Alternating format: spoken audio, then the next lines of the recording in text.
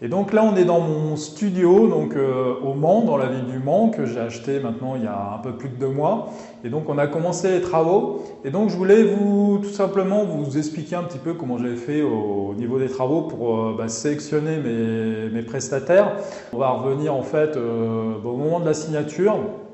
Et au moment de la signature, sachant que j'ai signé avec le notaire, c'est le notaire qui s'occupait de la transaction, j'ai demandé au sein de l'étude à la personne qui m'avait commercialisé le lot de tout simplement de me donner des conseils sur des adresses d'artisans.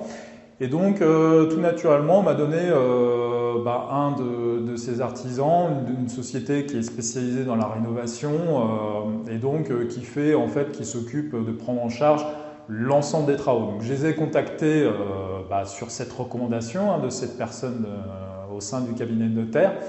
Et donc, je leur ai dit de passer, prendre les clés, de faire un devis. Et je leur ai donné plusieurs préconisations de ce que je voulais, d'écrire un petit peu mon projet, ce que je voulais en faire, etc. Et sur cette base-là, j'ai eu un premier devis.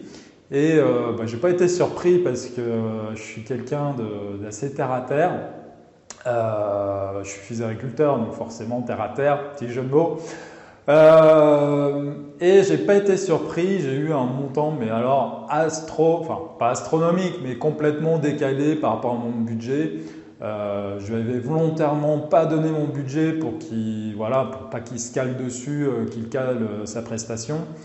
Et donc on était 10 000 euros, 10 000 euros au-dessus de mon budget. Je crois même que c'était même pas loin, j'ai plus les chiffres en tête maintenant exactement. Mais on n'était pas loin de 10-15 000 euros au-dessus de mon budget. Et donc voilà, par contre, je lui ai demandé la totale. Il faut être clair, il y avait des choses, je ne savais pas si j'allais prendre ou pas, quoi.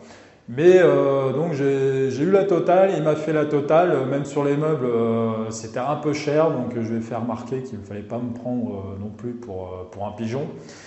Et donc voilà, donc en fait on a retravaillé sur une deuxième version du devis qui correspondait mieux en fait en termes de budget et puis aux besoins. Dans une de mes vidéos, je vous ai parlé de la douche. C'est vrai que la douche, on a décidé de la laisser parce qu'elle était quasiment neuve, etc. Moi, je voulais une douche plutôt type italienne qui est plus pratique. Mais bon, la douche, elle est neuve, elle est tout à fait correcte. Il n'y avait pas lieu forcément de la changer. C'était plutôt du confort et on va dire du perfectionnisme. Et donc, malgré tout, au niveau prix, j'avais pas trop vérifié, mais j'avais le sentiment qu'il était encore un peu au-dessus.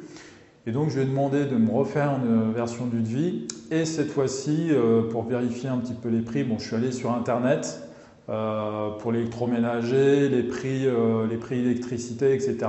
Ça m'a permis de me donner des références. Et puis, autre chose, j'ai été voir un concurrent, tout simplement. Et donc, j'ai été voir un courtier en travaux sur Le Mans, dans le but éventuellement de travailler avec lui, quelqu'un de très sérieux. Et donc il m'a fait un devis et bon an mal an, au premier coup il m'a dit de toute façon moi je travaille, je fais un devis, c'est le devis premier coup, devis définitif. Donc moi ça m'allait très bien, je voulais avoir une référence de prix très rapide. Et donc voilà, il était effectivement un peu moins cher mais à peu près dans les mêmes gammes de prix. Et donc, ma décision entre les deux, finalement, elle s'est faite on va dire sur un critère. C'est essentiellement alors deux choses. C'était le critère de la recommandation du notaire. Donc, quand une personne recommande en fait un artisan, ça nous met en sécurité, forcément. Et la deuxième chose, c'était que j'ai fait ça pendant les vacances d'été. Et en fait, le deuxième courtier que j'ai contacté, au moment où il m'a envoyé en fait son devis la veille de son départ en vacances. Et donc moi j'étais pressé, je voulais absolument régler ça dans les 10-15 jours. C'était pas possible pour lui et donc j'avais peur au niveau délai qu'on soit encore décalé. Et donc du coup, c'est le deuxième critère qui a fait que j'ai choisi le premier prestataire. Si ça n'avait pas été le cas, honnêtement, j'aurais peut-être revu ma décision parce que c'est vrai que le contact avait été bon aussi avec cette personne. Après, il y a aussi l'aspect, on va dire, moi je suis quand même quelqu'un de confiance, etc. J'avais fait travailler le premier artisan sur plusieurs devis, il s'était quand même investi sur le projet, donc je trouve normal aussi de récompenser les efforts. Et donc j'ai décidé tout simplement de lui donner ma confiance et de lui confier le travail. Ceci dit, la deuxième personne, c'est pas perdu parce que j'ai d'autres projets, donc éventuellement d'investissement sur le Mans. Et donc, je ferai probablement appel à lui, je lui ai dit, si j'ai un projet qui se concrétise dans les mois suivants.